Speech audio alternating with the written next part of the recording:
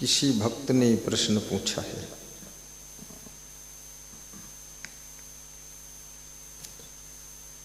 भक्ति बड़ी है कि संपत्ति बड़ी है,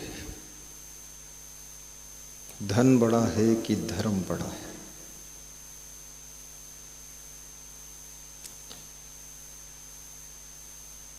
कबीर साहब कहते हैं, संपत्ति केवल इस लोक में तुम्हारी सेवा करती है, परंतु भक्ति इस लोक से लेकर परलोक तक तुम्हारी सेवा में साथ देती है। संपत्ति से केवल सामान मिलता है, लेकिन भक्ति से सम्मान मिलता है।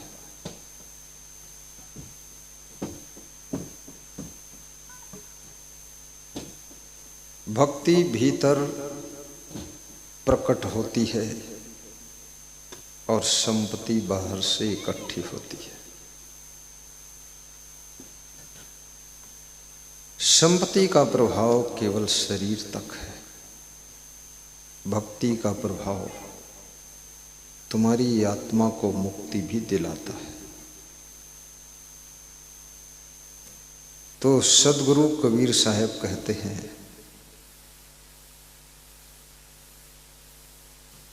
अरब खरब लो द्रव्य हो, उदय अस्त लो राज, भक्ति महात्म ना तुले ई सब कौने काज।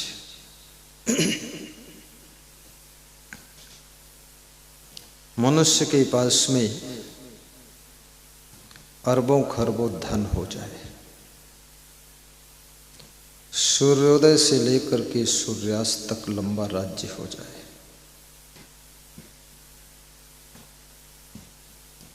जिस समय भारत देश पर अंग्रेजों का शासन था, इंग्लैंड और इंडिया दोनों देशों का प्रधानमंत्री एक ही था। जब भारत में सूर्य अस्त होता था तो इंग्लैंड में उदय हो जाता था। उनके शासन में सूरज अस्त ही नहीं होता था। सोचिए, उस समय भारत देश बहुत बड़ा था, पाकिस्तान बांग्लादेश भी उसी में था, और फिर इंग्लैंड को भी चलाना, इंडिया को भी चलाना एक प्रधानमंत्री था। धीरे धीरे कबीर साहब कहते हैं, कितना लंबा राजपाट हो, लेकिन भक्ति के बिना सब भार बन जाता है। और यदि भक्ति है तो राजपाट की भी शोभा बढ़ जाती है। राम और रावण में क्या अंतर है? राम उस व्यक्तित्व का नाम है जो सत्संगी है और जिनके गुरु वशिष्ठ और सद्गुरु विश्वामित्र है। रावण के कोई गुरु नहीं है। रावण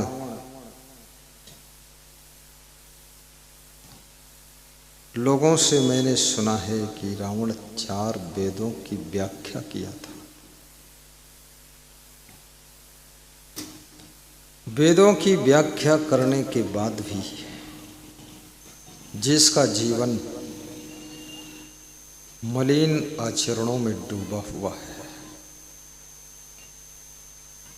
सब वेद पढ़ लिया है, वेद का अर्थ भी लिखा है, फिर भी वो व्यक्ति अनर्थ में लगा हुआ है। इसलिए कोई किताब लिखना बहुत बड़ी बात नहीं है। किताब में जो लिखा है उस राह पर चलना बहुत बड़ी बात है। 10 किताब तुम पढ़ो तो 11वीं किताब तुम्हारा मन होने लग जाता मैं भी लिख दूं।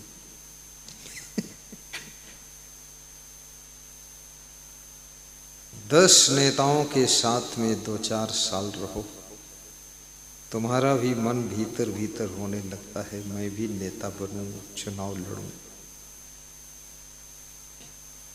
साधुओं के साथ में महीना 2 महीना रहो, तुम्हारे मन में चुपके चुपके विचार आने लगते हैं, अरे क्या मैं भी साधु बन जाऊं, ये सब माया जाल छोड़कर निकल जाऊं। विचार बहुत से लोगों के मन में बहुत अच्छे अच्छे आते हैं, लेकिन विचार तो ऐसे है जैसे बीज। बीज को वृक्ष बनाने की लंबी साधना बहुत कठिन साधना है। विचार को व्यवहारिक जीवन में उतारना और विचार को अपने चरित्र में सुसज्जित करना ये एक कठिन साधना है। विचार बहुत लोगों के अच्छे देखे जाते हैं, वाणी भी अच्छी देखी जाती है, लोग बोलते अच्छा है। कई बार लोगों के कपड़े भी बहुत अच्छे देखे जाते हैं, लेकिन अच्छे कपड़ों के भीतर कितने बुरे लफड़े चल रहे। इसलिए विचारों तक सीमित मत रहिए। विचार को अपने चरित्र में उतारने की कोशिश करिए। ज्ञान जब केवल वाणी तक सीमित रह जाता है तो वो ज्ञान कल्याण का साधन नहीं बनता है। सिगरेट की डिब्बी पर लिखा होता है कि सिगरेट पीना स्वास्थ्य के लिए हानिकर है, ये ज्ञान ही लिखा है। और सिगरेट पीने वाले जितने लोग हैं लगभग वो पढ़े लिखे लोग होते हैं। अनपढ़ लोग तो बीड़ी पीते हैं, वो सस्ती मिलती है, लेकिन कम पढ़े लिखे गांव के लोग भी नशा में रहना चाहते हैं, होश में रहना ही नहीं चाहते।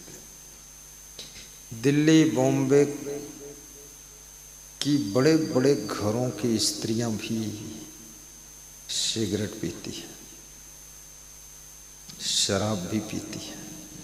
ये अभी 10 साल से स्टार्ट हुआ, इसके पहले तो ऐसा नहीं था। अब स्त्रियों ने भी हिम्मत साधी है और नशा करने में